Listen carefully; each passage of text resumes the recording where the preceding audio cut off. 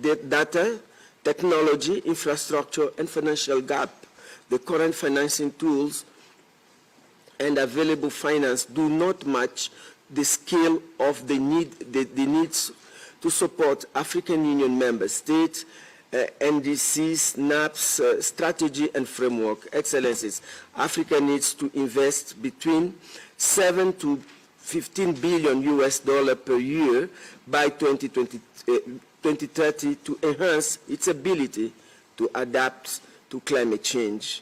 If the planet heats up by 2 degrees Celsius, climate change could cost African countries as much as $50 billion annually by 2050. Therefore, it is crucial to act now to mitigate the risk and prepare for impact of the climate change.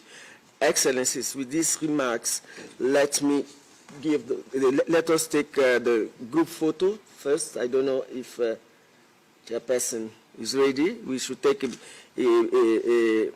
group photo before we give the floor to our chair to chair the. Any provisions, secretariats?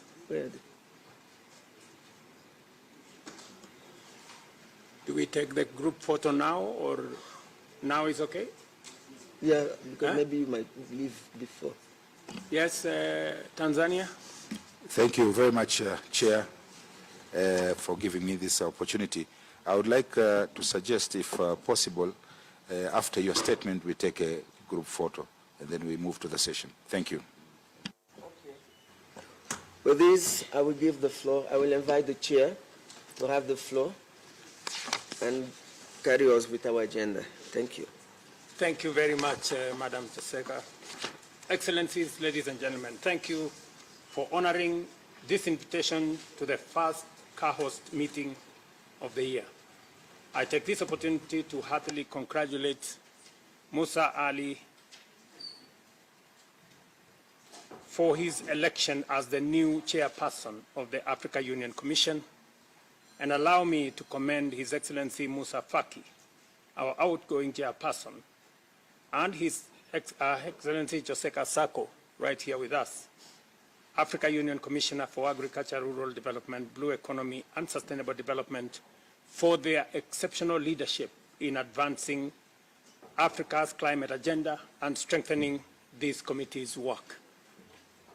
Looking back on the past year, Africa made significant strides in the global climate discourse. The Nairobi Leaders' Declaration adopted by the AU Assembly continues to guide Africa's engagement on climate change. At COP29, African leaders, ministers, and negotiators presented a united front on our key priorities. While the COP29 outcomes fell short of our expectations, particularly in setting a 1.3 trillion climate finance goal, multilateralism delivered some key wins. Notably, Africa's concerns over debt sustainability and the high cost of capital for climate action were acknowledged in the final decisions.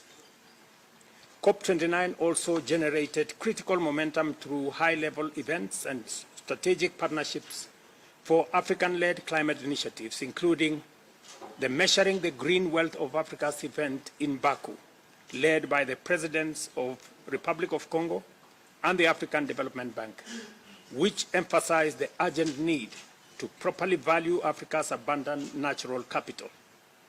There was also the Africa Green Industrialization Initiative and Accelerated Partnership for Renewables in Africa, both of which seek to unlock Africa's renewable energy potential to drive industrial transformation. To institutionalize these initiatives effectively, I am pleased to report that the Africa Continental Free Trade Area Secretariat has agreed to support the implementation of the AGAI initiative in collaboration with key partners. Allow me also to commend the government of Tanzania for successfully hosting Mission 300 event in Dar es Salaam last month.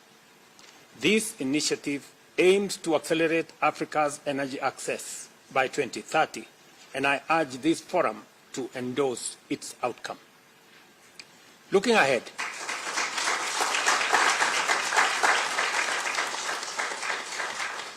Looking ahead, 2025 presents both opportunities and challenges for Africa's climate action agenda. We must capitalize on the following key areas and moments. The second Africa Climate Summit.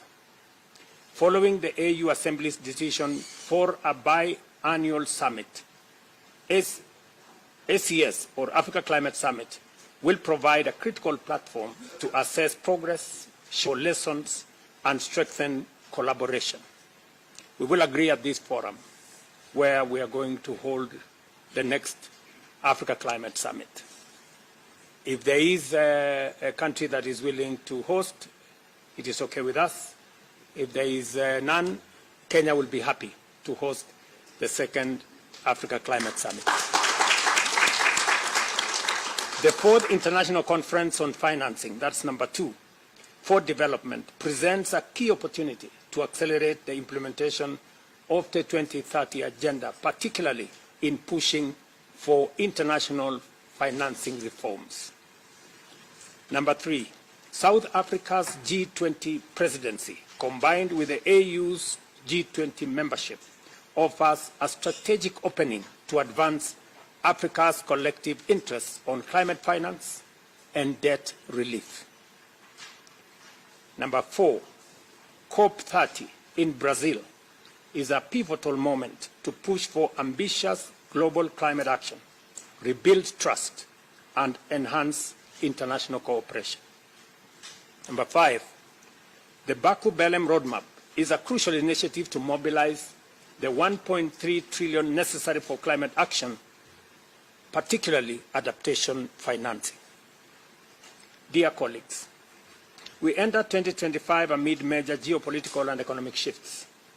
The global climate for cooperation and solidarity is weakening in the face of multiplicity of policy changes in the West, including cuts in aid and diminishing support for multilateral institutions, a rise in protectionism and nationalist policies that threaten trade and investment flows, as well as escalating trade tariffs that impact Africa's economic and environmental priorities. The withdrawal of the United States from the Paris Agreement and the rise of far-right leadership in key economies could prove a major obstacle to climate cooperation and financing.